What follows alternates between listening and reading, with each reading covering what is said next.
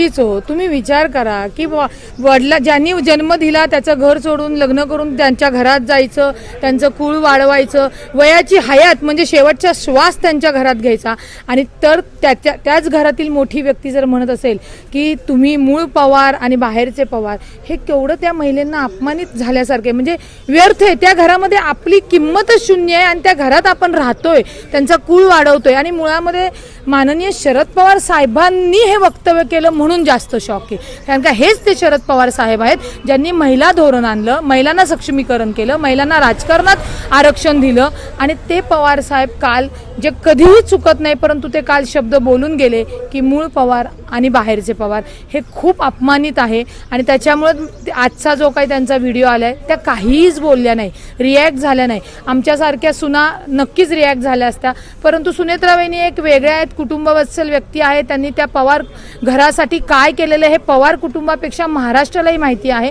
आणि म्हणून त्या भावुक होणे साहजिकच आहे. परंतु आम्ही कालच वहिनींना सांगितलेलं आहे की वहिनी, जरी तुम्हाला तुमच्या घरातून बोललेल्या असतील तरी समस्त महिला, आम्ही सुना माता तुमच्या सोबत आहोत, काही काळजी करू नका.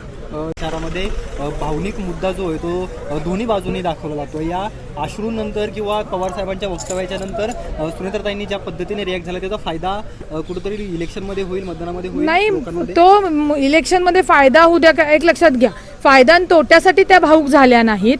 मग पवार साहेबांनी सुनेत्रा वहिनींना भावनिक वातावरण मिळावं म्हणून वक्तव्य केले का? त्याच्यामुळे इलेक्शनचे याच्याशी काही विषय नाही आहे. इलेक्शन ही खरं विकासावर व्हायला पाहिजे, परंतु तुतारी गटाकडनं म्हणजे माननीय शरद पवार साहेबांच्या गटाकडनं सातत्याने भावनिक केलं जात आहे, आणि त्या भावनिकमध्ये मोठे साहेब काल बोलून गेले. त्याचा त्रास सुनेत्रा वहिनींना झाला, त्याचा त्रास महाराष्ट्रातील सुनांना झाला, त्याचा त्रास तिथल्या मातांना झाला. जर सुनेत्रा वहिनी बाहेरच्या असतील तर मग शारदा काकी पण आहेत, इतर सुना पण आहेत, या सगळ्याच बाहेरच्या झाल्या ना हो. म्हणजे त्यांचं काहीच अस्तित्व नाही का त्या घरासाठी? हे प्रत्येक मुलीला, प्रत्येक स्त्रीला लागू पडतं. त्याच्यामुळे सुनेत्रा वहिनींना ते दुःख झालं. आता नेमकं तुम्ही जर बाईट घ्यायला गेल्यानंतर त्यांना त्याच्यावर काही बोलायचं नव्हतं, पण त्या भाऊक झाल्या आणि ते तुम्ही टिपलं आणि महाराष्ट्राला दाखवलं.